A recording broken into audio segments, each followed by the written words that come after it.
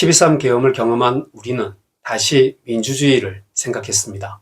헌법 1조에 담긴 민주공화국은 도대체 무슨 의미인가? 정치는 내 삶에 어떤 영향을 미치는가? 국가 권력은 어떻게 작용하는가? 그리고 기본권은 도대체 무엇인가라는 질문까지 EBS 교육방송이 2016년 발간한 민주주의는 지금 딱 읽기 좋은 책입니다. 이 책의 주제를 한마디로 요약하면 민주주의는 불평등 해결을 위한 투쟁입니다. 정치 제도로만 알고 있던 민주주의가 실상은 자원 배분에 대한 통제력을 확보하려는 시도라는 점을 아주 설득력 있게 제시합니다.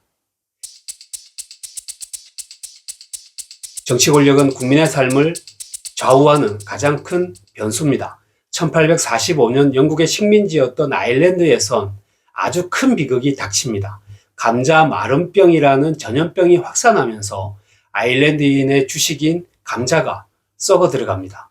1845년부터 8년간 무려 125만 명이 굶어 죽거나 전염병에 감염돼 사망합니다.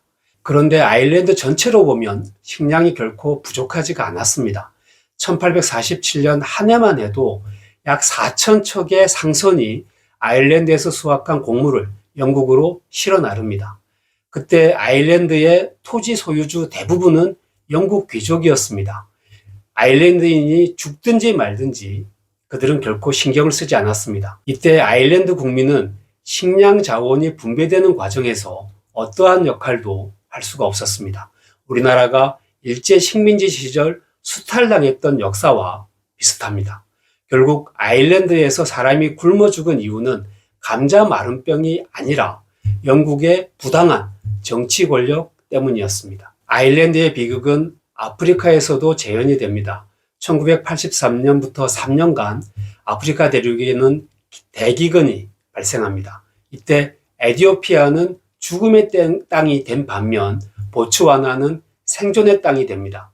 에티오피아 곡물 가격은 300%가 폭등을 했고 가난한 100만 명 이상이 목숨을 잃었습니다. 그때 에티오피아의 대통령은 군부 쿠데타로 권력을 잡은 맹기스투였습니다. 그는 국민 총생산 GNP의 46%를 군사비로 지출하면서도 국민을 구하는 데는 세금을 쓰지 않았습니다.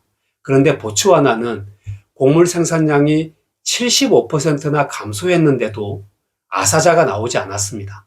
선거를 통해 선출된 민주정부가 식량을 직접 분배하고 대규모 일자리 창출 정책을 편 덕분이었습니다. 에티오피아는 국민이 직접 자원 배분을 통제하지 못할 때 어떤 비극이 발생하는지 명백하게 보여주는 사례입니다. 민주국가 국민들은 기근이나 사회적 참사 같은 책임을 정부와 지도층에게 물을 수 있습니다. 세월호 참사나 이태원 참사의 책임을 정부에 추궁하는 것도 같은 이유입니다. 이것이 바로 민주주의의 가장 큰 힘입니다. 많은 논란이 있긴 하지만 문재인 정부는 코로나19 팬데믹을 극복하기 위해서 재난지원금을 지급을 했습니다. 반면 윤석열 정부는 부자 감세는 추진하면서도 침체에 빠진 내수를 구할 어떠한 방안도 제대로 실행하지 못했습니다. 민주주의의 가장 큰 특징은 선거 또는 투표입니다. 그런데 민주주의의 발생지인 아테네는 선거보다 추첨을 더 선호했습니다. 아테네 정치에는 크게 4개의 기둥이 있었습니다. 민회, 평의회, 집정관, 법원이 그것입니다. 민회는 입법과 주요 정책을 결정하는 최고 의사결정 기구였습니다. 민회가 수행하지 않는 업무는 추첨을 통해 선발된 집정관들이 맡았습니다. 보통 집정관 임기는 1년이었습니다. 아테네 정부는 또한 행정직뿐만 아니라 배심원단 역시 추첨을 통해서 선발했습니다. 현대적인 관점에서 관료가 아니라 시민이 언제든 추첨을 통해서 관료가 될 수 있었던 셈입니다. 추첨은 클레로테리온이라는 기계 장치를 통해서 이루어졌습니다. 결국 아테네 민주정의 핵심은 선거가 아니라 추첨이었던 셈입니다. 아테네가 추첨을 선택한 이유는 엘리트에 대한 불신 때문이었습니다. 엘리트가 자원 배분을 결정하게 되면 결국 그들이 지배하고 시민은 지배받게 될 것이라고 생각한 것입니다. 아리스토텔레스 역시 자유는 통치하는 것과 통치받는 것을 번갈아 하는 것이라고 주장하면서 추첨을 지지했습니다. 그는 또한 비록 한 명 한 명의 시민은 훌륭한 사람이 아니라고 해도 함께 모였을 때는 소수 엘리트보다 낫다고 했습니다. 우리의 부모, 형제, 이웃 모두가 통치할 능력을 갖췄다는 점과 누구도 다른 사람보다 우월하지 않다는 믿음이 작동한 것입니다. 그렇다면 직접 민주주의를 채택한 아테네는 과연 올바른 통치를 했을까 하는 의문이 생깁니다. 재미있는 사례가 하나 있습니다. 기원전 483년 아테네에선 대규모 은을 캘 수 있는 광산이 발견됩니다. 시민들은 광산에서 캔 은을 어떻게 나눌지 치열한 토론을 합니다. 일부는 골고루 나누자고 주장을 하고 일부는 페르시아와의 전쟁에 대비해서 함선을 만들자고 제안을 합니다. 결국 아테네 시민들은 미네에서 함선 200척을 만들자고 합의를 합니다. 그때 만든 함선은 아테네가 살라미스 해전에서 페르시아 대군을 물리치는데 결정적 힘이 됩니다. 아테네의 민주주의는 마케도니아 침략으로 사라졌다가 미국이 독립하는 과정에서 다시 부활을 합니다. 1781년 영국과의 전쟁에서 승리한 미국은 필라델피아 제헌의회에서 나라의 미래를 설계합니다. 이때 아테네 같은 직접 민주주의가 아니라 선거를 통해 통치자를 뽑는 대의민주주의 공화제를 채택합니다. 민주주의가 뿌리내리는 과정은 미국뿐만 아니라 모든 나라에서 보통 선거권을 확보하려는 역사이기도 합니다. 미국만 해도 1850년 이전까지는 재산이 많은 백인 남성이 아니면 선거권이 없었습니다. 영국에서도 차티스트 운동 영향으로 1866년 남성 노동자들이 보통 선거권을 얻게 됩니다. 당시 차티스트 지도자들은 선거권은 빵, 치즈처럼 생활에 밀접히 닿아 있다고 주장을 했습니다. 엘리트가 독점하던 자원 배분 권한을 노동자들이 가지려면 선거를 통한 정치 참여가 필요하다고 봤습니다. 여성 참정권 확대는 전쟁과 인연이 깊습니다. 19세기까지는 총을 들고 재산을 가진 남성만 참정권을 누렸는데 세계 1차 대전이 발발하면서 노동력이 급격하게 부족해집니다. 그때 여성 노동력에 대한 요구도 당연히 상승했습니다. 그 결과 미국, 영국이 차례대로 여성에게 선거권을 허용합니다. 흔히 갈등을 민주주의 엔진이라고 말합니다. 갈등이 존재한다는 사실을 인정하면서 해법을 찾는 것이 민주주의라는 것입니다. 대의민주주의에선 갈등이 가장 잘 표출되는 공간이 바로 선거입니다.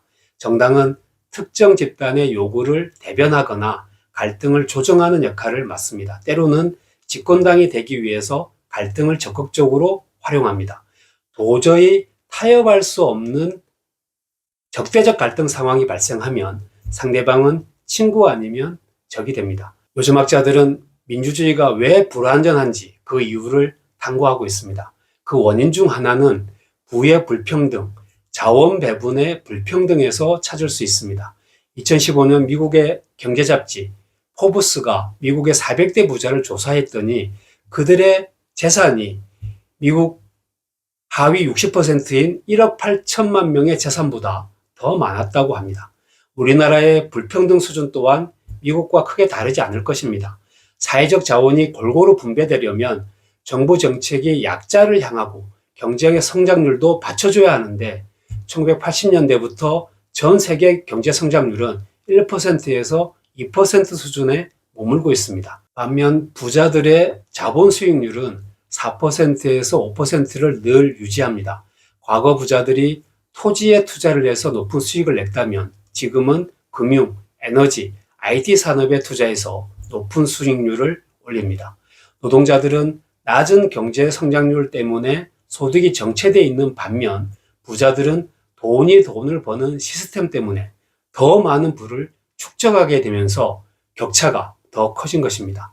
계층이동 사다리였던 교육 역시 제 기능을 못하고 있습니다.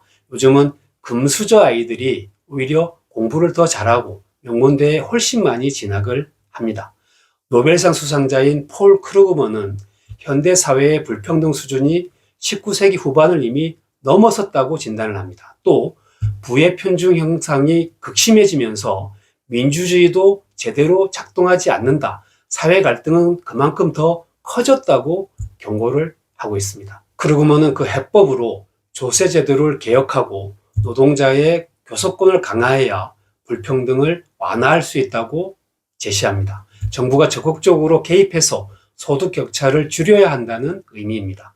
그런데 강한 저항 세력이 있습니다. 바로 자본주의입니다. 민주주의가 1인 1표라는 평등을 강조한다면 자본주의는 돈 많은 사람이 더 많은 권력을 가지는 1원 1표를 선호합니다. 우리는 민주주의와 자본주의가 혼재된 사회에서 살고 있습니다.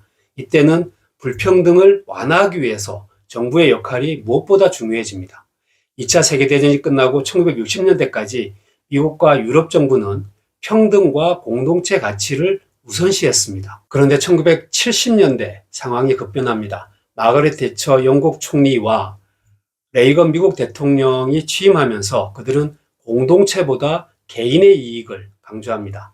대처는 사회 같은 것은 없다. 오직 개인과 가족이 있을 뿐이라고 할 정도였습니다. 레이건 역시 작은 정부와 규제 완화를 주창합니다. 정부가 더 이상 자본과 기업을 통제하지 않겠다는 선언이었습니다. 그때부터 신자유주의 시대가 다시 열리기 시작합니다. 정부는 세금을 줄이고 규제를 완화했으며 노동조합은 약화됐습니다.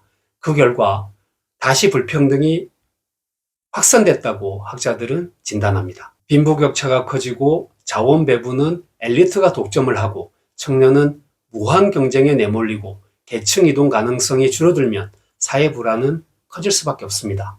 그래서인지 12.3 개헌 배경을 신자유주의와 능력주의에서 찾는 학자들도 있습니다.